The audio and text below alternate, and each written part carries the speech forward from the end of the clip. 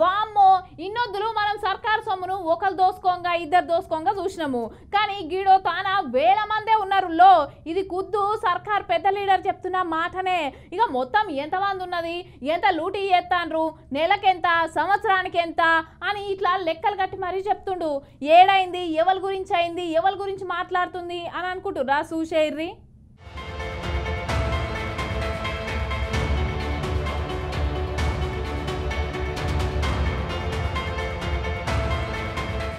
ప్రపంచంలో రకరకాల దొంగతనాలు జరుగుతాయి ఉల్లా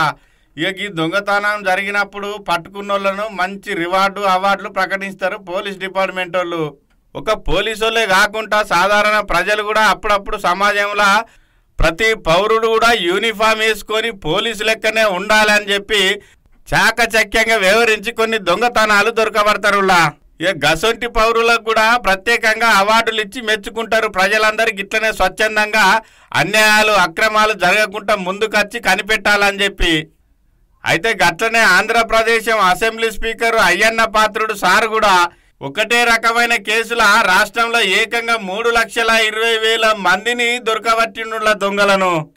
స్పీకర్ సార్ ఏంది 3,20,000 మంది దొంగలను దొరకబట్టుడేంది అది కూడా ఒక్కటే కేసుల రాష్ట్రం మొత్తం అనుకుంటారా గా దొంగలెవ్వలో గా ముచ్చటేందో ఇగో అయ్యన్న పాత్రుడు సార్ చెప్తాడు ఇనుర్రి తప్పుడు వయసు చేసుకొని 3,20,000 మందికి దొంగ పెన్షన్ తీసుకుంటారు తప్పు కదండి 3,20,000 మంది రాష్ట్రంలో దొంగ పెన్షన్ తీసుకుంటున్నారు రిపోర్ట్ ఇది దీనికి ఎంత ఖర్చు అవుతుంది కావడం తెలుసా పెద్ద గొప్పలు చెప్తారు కానీ మీ నాయకులు కావడం తెలుసా 3,20,000 ఇంటూ 4,000 వేయండి నెలకి ఎంత అవుతుంది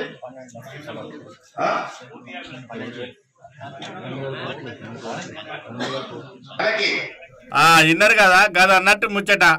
తప్పుడు వయసు వేసుకొని 3,20,000 మంది 4,000 పెన్షన్ తీసుకుంటారు ప్రతి నెల ఇట్లా వీళ్ళందరూ కలిపి నెలకు 120 కోట్లు అవుతుంది ఏడాదికైతే 1,440 కోట్లు 5 ఏళ్ళకైతే 7,200 కోట్ల రూపాయలు అవుతుంది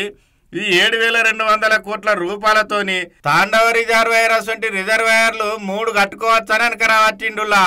సారు పైసలు మన తానున్నాక రిజర్వాయర్లు ఏం కర్మ ఇంకా వేరే స్కీమ్లు అయినా చేసుకోవచ్చు కానీ ముందుగాల ఈ 3,20,000 మందికి తప్పుడు వయసు చేయడానికి సహకరించిన వాళ్ళు ఎవరు వాళ్ళు ఎంతమంది ఉన్నారో వాళ్ళను కూడా పట్టుకోండి గట్లనే ఈ తప్పుడు వయసా మరి అసలు వయసా అని కరెక్ట్ ధృవీకరణ లేకుండా వీళ్ళకు పెన్షన్ శాంక్షన్ చేసిన అధికారులను పట్టుకోండి ఇక వాళ్ళందరూ 3,20,000 మంది అని గంపగుత్తగా చెప్పిండ్రు కానీ ఏ గ్రామ పంచాయతీలో ఎవరెవరు ఉన్నారో వాళ్ళ పేర్లు గ్రామ పంచాయతీలో లిస్టు బయటికి తీయండి వాళ్ళ పేర్లు బయట పెట్టి మరి వాళ్ళ దగ్గర నుంచి ఇన్ని రోజులు తీసుకున్న పెన్షన్ రికవరీ చేస్తారా లేకుంటే ఇన్ని రోజులు